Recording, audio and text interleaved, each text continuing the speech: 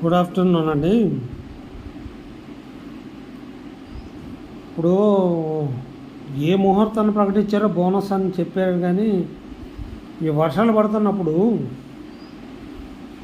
వరకు ఎక్కడైతే సొసైటీల దగ్గర మీరు ఆరబెట్టే యంత్రాలు కనుక ఏర్పాటు చేస్తే వీళ్ళు ఆరిపోవా?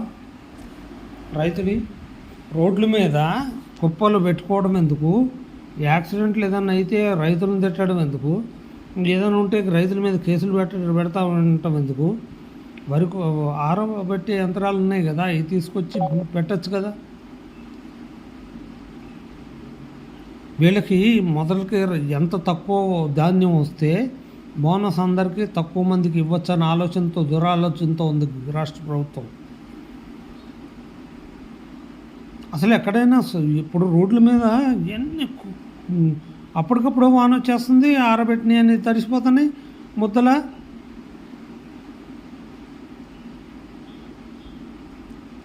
దేనికి మీకు రెస్పాండ్ ఉండదండి.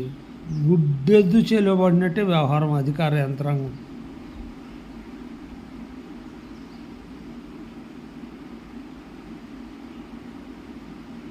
ఒకళ్ళేమో ఎన్ని మిల్లీమీటర్లు ఉండాలి అయితే ఇస్తాం, ఈ సన్న నలుపు ఉండకూడదు, దానికి ఇస్త్రీ చేయాలి, లేకపోతే దాన్ని తొడవాలి,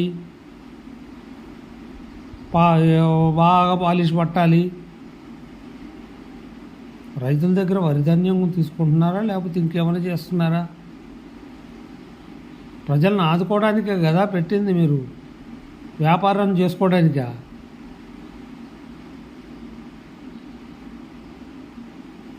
ఎంత రోడ్ల మీద అన్నీ ఇప్పుడు నీళ్ళకి పాపం కొట్టుకుపోయింది, ఎంత బాధపడుతున్నారు తెలుసా మీకు?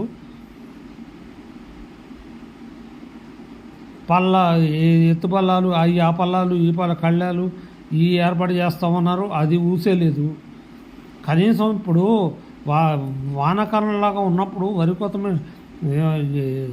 ఆరబెట్టే యంత్రాలు ఉన్నాయి కదా, దాన్ని తీసుకొచ్చి చేయొచ్చు కదా. రైతులకు కూడా కొంచెం ఆదుకున్నట్టు ఉంటుంది కదా.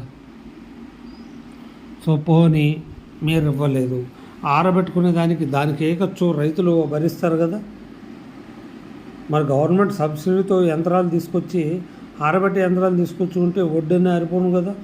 ఇట్లా రోడ్ల మీద వేసుకుని ఒకళ్ళకు యాక్సిడెంట్లు అవ్వడం ఎందుకు? ఇవన్నీ కథలు ఎందుకు? ఒక ఎమ్మెల్యే ఏమో బోనస్ మమ్మల్ని అడగద్దు అంటాడు, ఒక ఎమ్మెల్యే ఏమో వస్తుంది అంటాడు, శ్రీనివాసులు రెడ్డి ఏమో ఊసి చెప్పడం మాత్రం ఒక దొంపుడు చెప్పాడు.